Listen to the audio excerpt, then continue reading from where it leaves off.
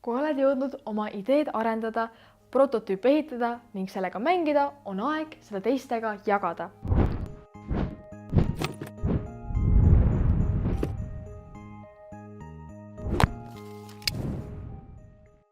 Teiste käest saad sa väärtuslikku tagasisidet ja uusi mõtteid. Näita neile, miks just sind puudutava probleemi lahendamine on oluline ja kuidas sinu lahendus toimib. Ära karda küsida tagasisidet, paluda abi ja küsida enda lahenduse kohta kriitilisi küsimusi. Igasugune tagasiside on kasulik. Hydropoonilinen komposter. Okei. Nüüd meil on vaja tagasisidet meie hüdropoonilisele komposteerijale. Joo, sina seal! Tule siia! Ja, sina, tule siia! Nii. Mis te arvate meie hüdropoonilisest komposteerijast? Mis? See on selline värgendus, et siia paned sa oma toidujäätmed, siis need lagunduvad ja asja teevad ja siis see toidab seda vett ja siis kasvavad sellised uhked taimed. See on kõige targem leiutis, mis ma alles näinud. See on väga hea praeguses maailmas, eriti kui inimkond on lõppemas. Meil on vaja sellist toitu, kui me Marsile jõuame. Tead, inimkond ei kesta enam kaua, ma näen seda. Näed, vaata õue praegu. Seal on tulnukad. Nad söövad meie taimed ära, me peame neid hoidma. Me peame neid hoidma enne, kui tulnukad need ära söövad, saad aru? Ja, ehk siis teile meeldib? Mulle nii väga Super. meeldib. Mul on vaja sellist. Meil on tervel inimkonnal vaja sellist. Ma pean ära minema.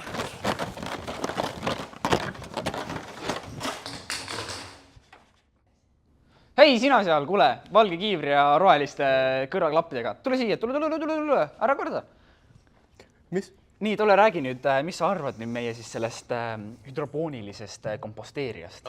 Muidugi. Ma olen jälginud teie tööd väga lähedalt. Teie hüdropooniline komposteerija, eks ole, siin taga on see tagumine ots siin, need kõik bioläätmed lagunevad, see molekuulid, kõik need, eks ole, kasutame siis Einsteini teooriat 2x2 võrdub ruudus, eks ole, et siis paneme, eks ole, see on siis molekuul, et siin on -20, muidugi sa tead, kus see tuli, siin on siis see eesosa, siin on see taim on X ruudus pluss, no muidugi 20, uuesti peab selle 20, siis peame ümardama selle 25, siis selle 5 peame ümardama.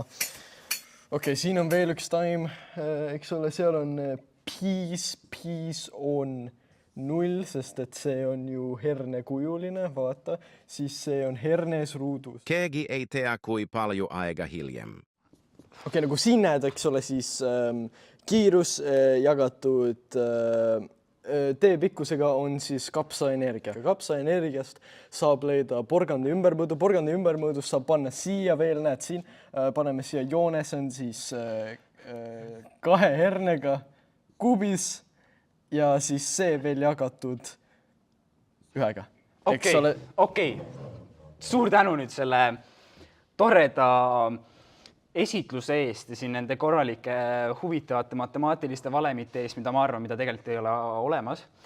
Aga nüüd palun seleta meile nüüd lihtinimese keeles, mida sa arvad meie komposteerijast? See on okei. Kuule, mis sina arvad?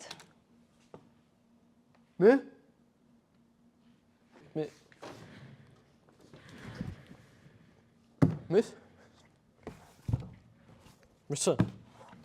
Mis sa arvad sellest? Kuidas sulle meeldib see? Mis see on? See on komposteerija. Mis asi? No ühesõnaga, see masin, mis kasvatab taimi. Komposteerija. Ma saan oma eas ka taimi kasvatada, miks mul masinad selleks vaja on? Saad kodulaua peal. Näha, kuidas sul asjad kasvavad. Ma saan õue ka minna ja näha, kuidas asjad kasvavad. See on see, kus sinu toit tuleb. Siit ei tule mingit toitu, see on mingi muru ju. Ainult muru, lehmad söövad muru. see sama muru on sinu salati sees, mida sa õhtuks sööd. Ei ole, minu salati sees on tomateid. Aga kui me tahame, me paneme ka siit tomati kasvama.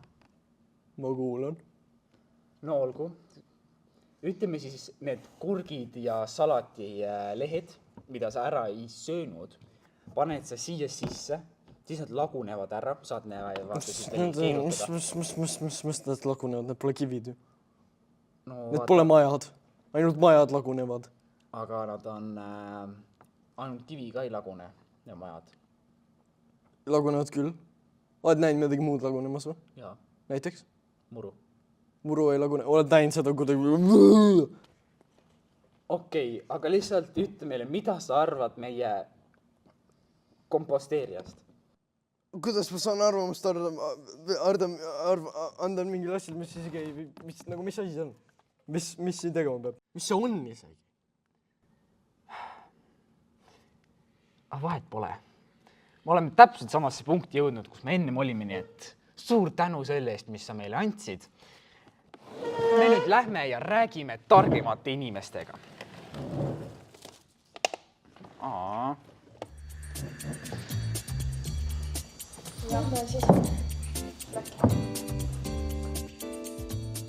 Okei, kuulge, ma pean trenni minema nüüd. Aga edu teile Fotografiskas. Ja, tšau! See on tegelikult jälle juba 20 minutit hiljaks jäänud.